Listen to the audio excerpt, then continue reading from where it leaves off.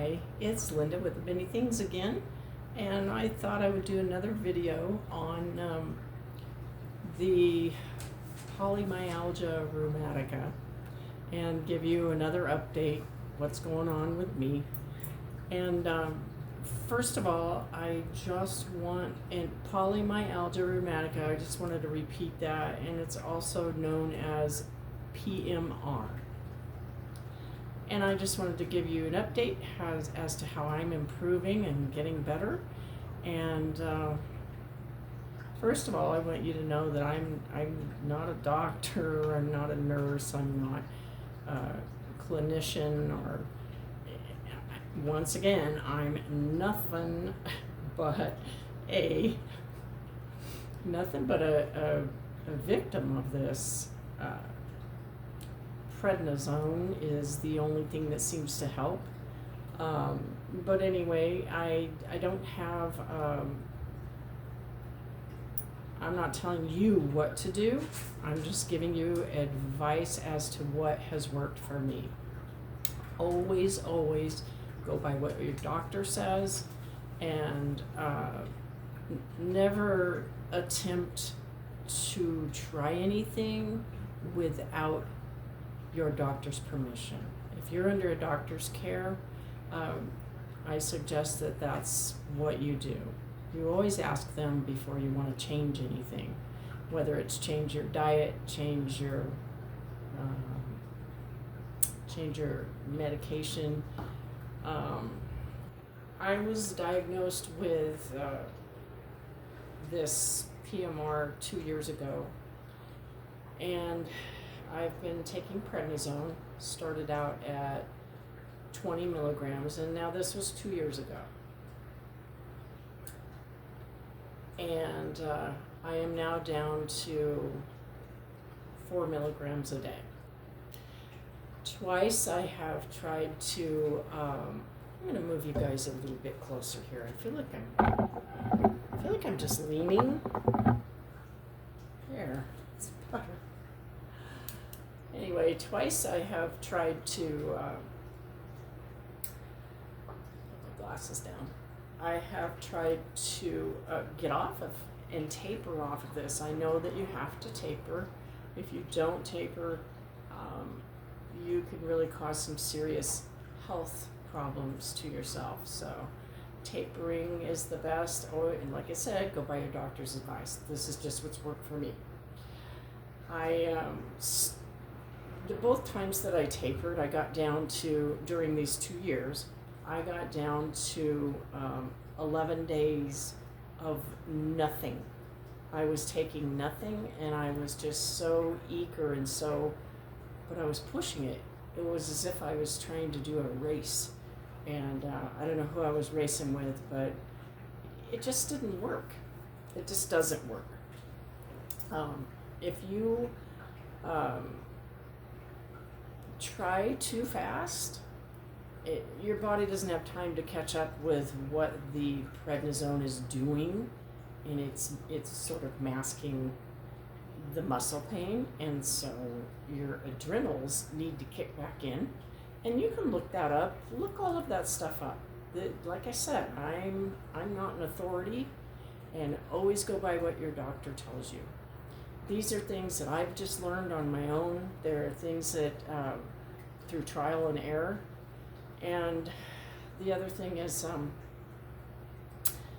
I realized that I was going too fast. And by the time I got to the 11th day of no medication at all, no prednisone, I couldn't take the pain anymore. The pain was pretty intense. Not as bad as when I first was diagnosed with this. That's when the pain was absolutely the worst. I'm going to say that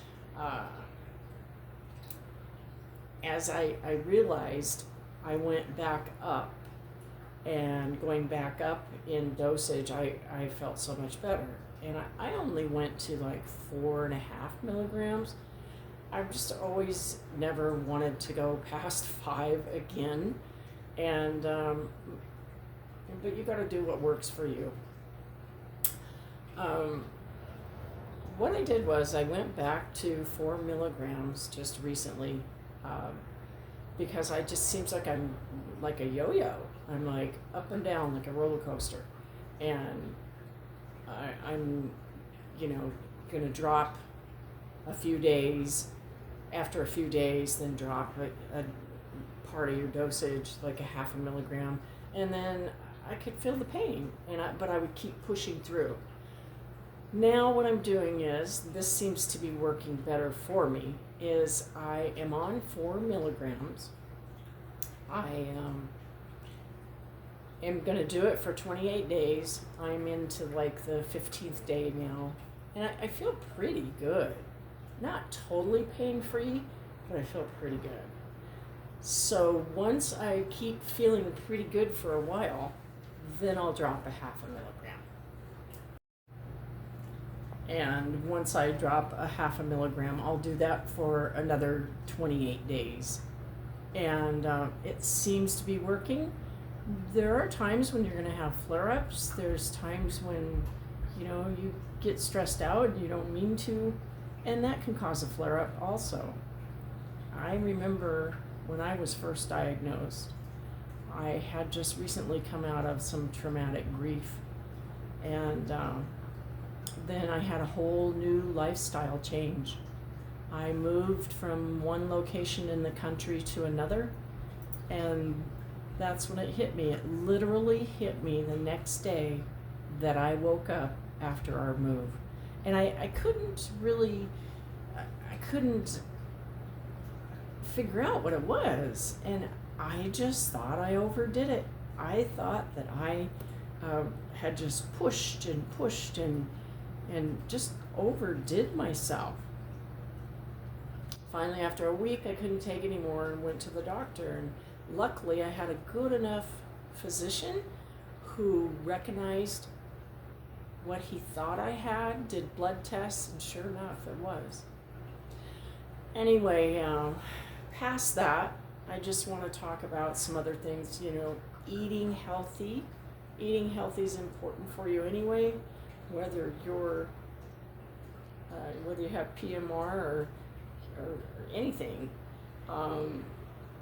Your body, there's so many chemicals these days that are out there in the stores that we buy, and we consume them and put them in our bodies. And I'm learning over the years, and it's taken me quite a few years, but I'm learning that there are some things I just don't want to put in my body. And if you can't read what it is on the label, I personally stay away from it. If I don't understand what it is, I'll look it up. Thanks to Google and new technology, you can look up almost anything. I never drink soda. I know some people are probably like, oh, but you know what? I drank soda. I had my share of soda back in the day, but I haven't drank it for years. Not years. Every once in a while I get a craving for a root beer, especially with a scoop of ice cream in it. But I don't do it. Things that I found that are refreshing to drink are waters. Flavored water has the fizzies in it. There's a lot of good ones out there. You can even get yourself some bubbling water, Perrier or mineral water or whatever, and put your own little spin on it. Put a little bit of mint leaf in it. Drop a couple of pieces of fruit in there, raspberry mint. It's pretty refreshing. Fill it up with ice, put it in a nice tall glass, and even give yourself a straw. Anyway, the other things that I do eat, I try to stay away from highly processed foods. I've learned a ton of stuff about that. Try to stay with grass-fed beef if I can. Not everybody can afford that. Not everybody can afford organic. And And these are things that are healthy for you: avocados, almonds, uh, eggs, healthy snacks, healthy bread. Read your labels. If your potato chips are fried in an oil that is a couple of different oils, and you most likely probably want to find one that has maybe not a highly processed oil.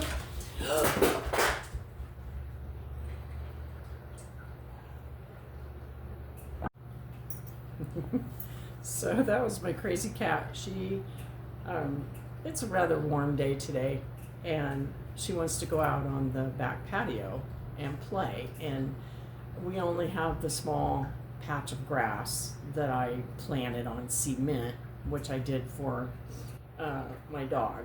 So he would have a way to go to the bathroom like at 2 o'clock in the morning or whatever. He barely uses it, but she has her section over on the side that she likes to play in and roll around in the grass.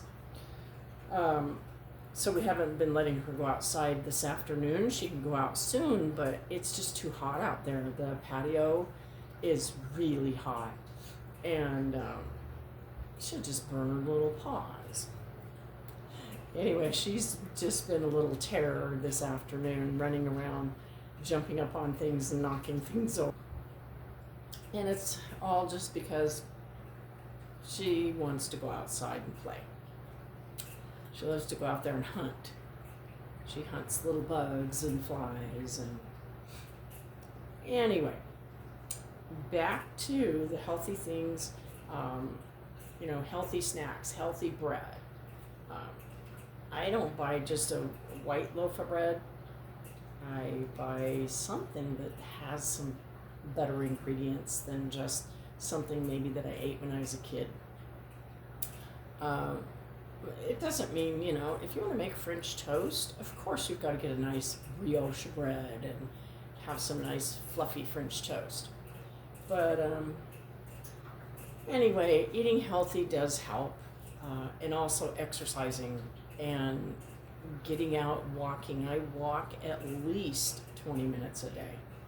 And sometimes it doesn't sound like much, but daily, that adds up. So,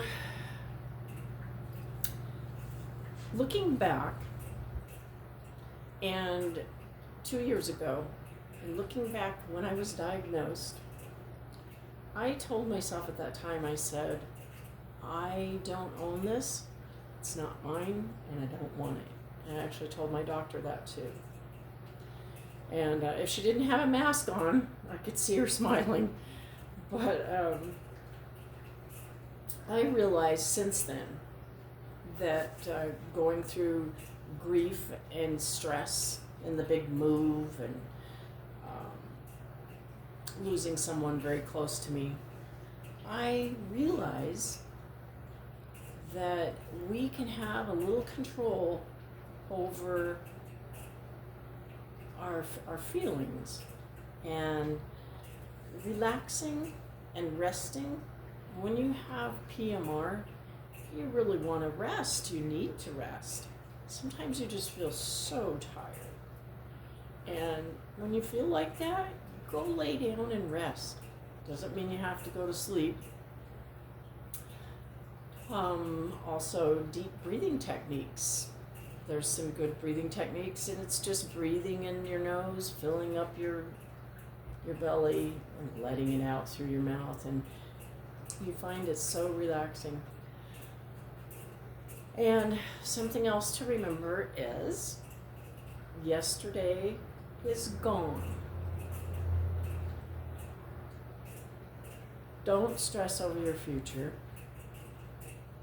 There is nothing you can do about what hasn't happened yet. And realize that today is what matters. Be in the moment. Well, I hope this has helped you. I've hoped it's helped at least one person. That would make me happy. So this is Linda with the Many Things, and until next time, please subscribe, and I'll see you again. Bye-bye.